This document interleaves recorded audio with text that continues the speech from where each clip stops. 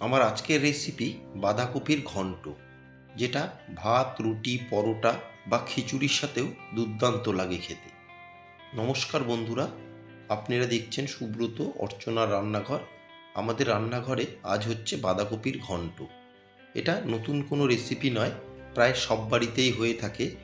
তবে আমি কি করে বানিয়ে নিচ্ছি সেটাই আজ আমি আপনাদের সাথে শেয়ার করতে যাচ্ছি। আসুন দেখে নেওয়া যাক আমি কি করে এই বাঁধাকপির ঘন্ট বানিয়ে নিচ্ছি। বাঁধাকপির ঘন্ট বানিয়ে নেওয়ার জন্য আমি এখানে একটা মিডিয়াম সাইজের বাঁধাকপিকে একদম এরকম মিহি করে কেটে নিয়েছি।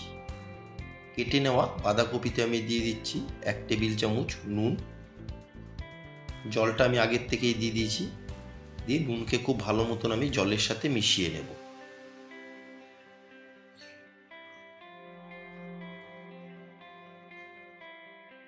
গ্যাসের ফ্লেম অন করে একটা কভার দিয়ে মিনিট 7 আমি বাঁধাকপিটাকে ভাপিয়ে নেব।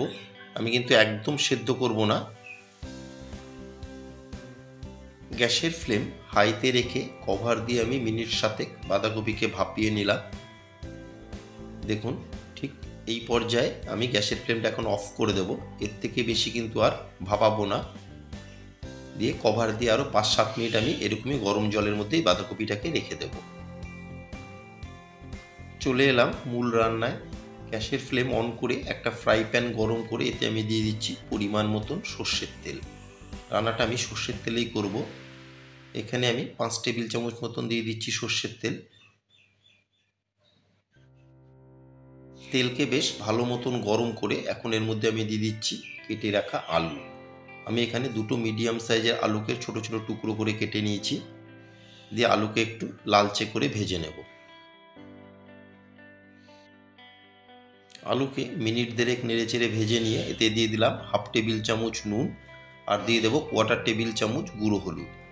দিয়ে নুন আর হলুদের সাথে ভালো মতন আলুগুলোকে মিশিয়ে নেব। আর আমার নতুন বন্ধুদের কাছে রিকোয়েস্ট, যারা আমার চ্যানেলটি এখনও সাবস্ক্রাইব করেননি তারা অবশ্যই সাবস্ক্রাইব করে আমার পাশে থাকবেন আর পাশে থাকা বেল আইকনটি প্রেস করে রাখবেন। যখনই আমি নতুন কোনো ভিডিও আপলোড করব সবার আগে নোটিফিকেশান আপনাদের কাছে পৌঁছে যাবে।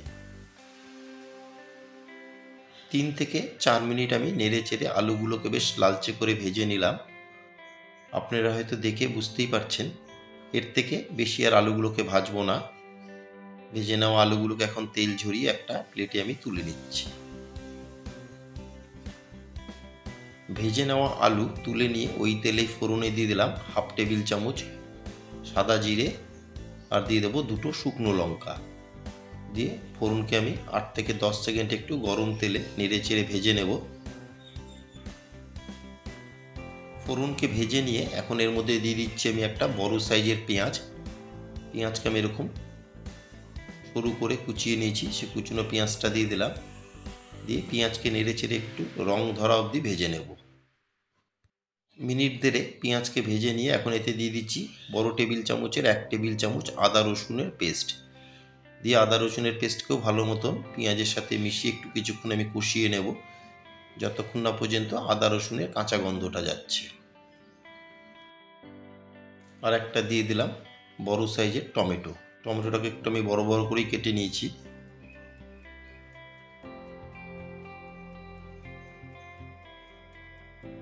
কিছু গুঁড়ো মশলাও আমি এতে দিয়ে দেবো।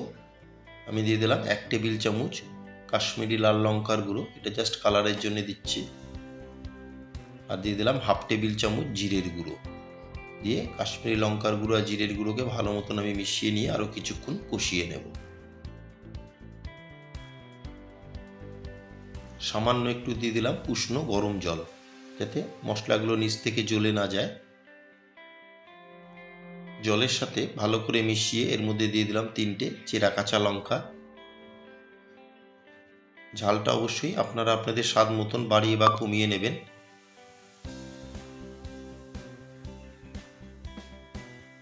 আর দিয়ে দিচ্ছি আমি 1 টেবিল চামচ চিনি। চিনিটা কিন্তু অবশ্যই দেবেন, যে কোনো নিরামিষ তরকারিতে একটু চিনি না দিলে কিন্তু টেস্টটা ঠিক ভালো হয় না। চিনি আর দিয়ে দিলাম ভেজে রাখা আলু। দিয়ে খুব ভালো মতন আমি আলুকে মিশিয়ে নেব। দিয়ে সমস্ত মশলার সাথে আলুকে একটু কিছুক্ষণ আমি কষিয়ে নেব। আলু দিয়ে মিনিট 3 আরও মশলার সাথে আলুকে কষিয়ে নিলাম। দেখুন মশলা থেকে তেল সেপারেট হওয়া শুরু হয়েছে। ঠিক এই সময় আমি দিয়ে দিচ্ছি সেদ্ধ করে জল ঝরিয়ে রাখা বাঁধাকপি। দিয়ে বাঁধাকপিকে ভালো মতন এখন সমস্ত মশলা আলুর সাথে মিশিয়ে নেব।